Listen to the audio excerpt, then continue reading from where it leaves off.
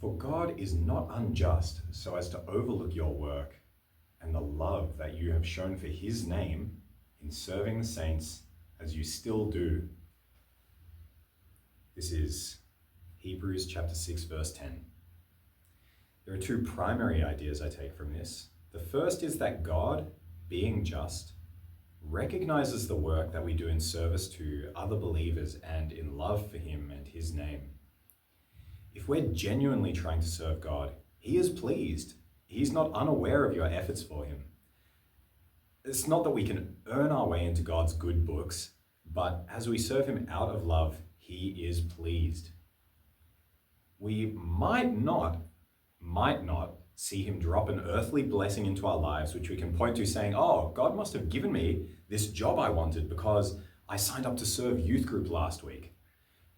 Regardless, he sees the work and he rewards it.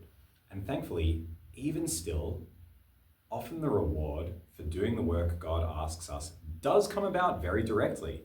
It's not guaranteed in every circumstance, but yes, we can often look at how simply by obeying God, when it might have been tempting to sin instead, God blesses us even through the way the world naturally works. I'll explain this. It might not occur to us at the time that it would go in that way, that we would somehow be blessed in some tangible way, but it often does. So a simple example would be for a person who struggles with overeating. I love food too much. So sometimes I think, or I know that God would not want me to eat that extra piece, that extra serving. And if I disobey, I basically gain nothing but a momentary feeling of enjoyment. On the other hand, if I resist, I might gain several lasting benefits. For one, I'm developing the general muscle of self-control, which applies broadly in life, not just in the area of overeating. On top of this, I teach my body healthy standards for my appetite, which means that it's easier the next time to not overeat. I also might lose excess weight, and if the food is sugary or unhealthy, I might feel better physically and mentally, which makes the rest of the day feel easier. And if I'm eating less, I'm spending less money on food, which I can then use for something more useful in my life. And these factors can combine to compound on each other, creating something greater than the sum of its parts. So if I feel better about myself and I celebrate this victory of self-control, I'm more likely to spend the rest of the day more productively, which makes me feel better again and helps me to have the confidence that I can grow in the area of self-control, which helps me to try again when it gets hard. And then I reap these benefits once again if I succeed in overcoming the next time as well, which is easier because to start with, I'm more confident in my chances of success, which means I'll try harder to succeed and then be more likely to succeed. This is a big sort of positive feedback loop.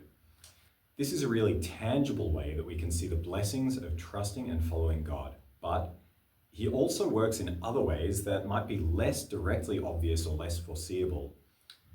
I suppose my point with the example was to at least lay the groundwork to understand that God will often reward us in very direct and practical ways when we follow his commands.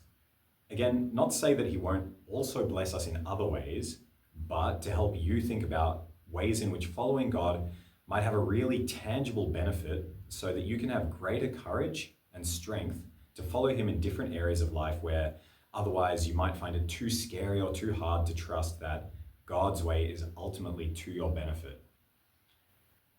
So that's the first idea being that God is just and recognizes the work that we do for him.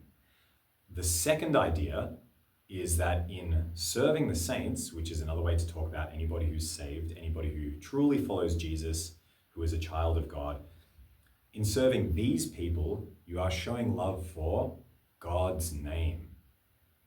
Jesus asked Paul, "Why do you persecute me?" when Paul was going around persecuting Christians.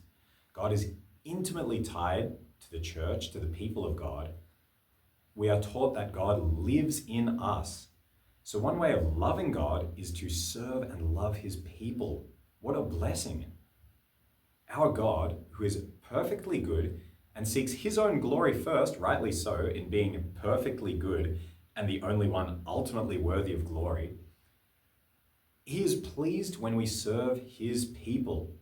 What an incredible fact that God is served when we love others.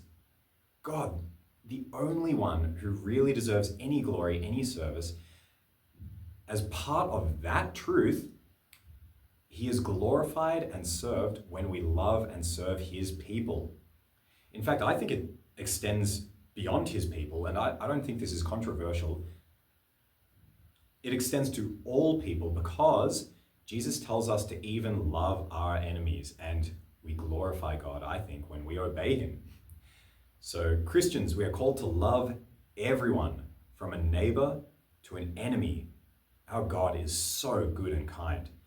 And I'm trying to help you see how incredible it is that a God who has every right to focus totally on his own glory, given that he is perfect and we are so utterly inadequate and actually in our sinful nature, so deeply offensive, this God has told us to love and serve each other, and this brings glory to him. His plan is so clever, it's so smart, it's so beyond our own human limitations, giving our natural inclination to be so evil. And it's so wonderful that he gains glory through Christians loving each other and even our enemies as he works in us. What a good and gracious God. Amen.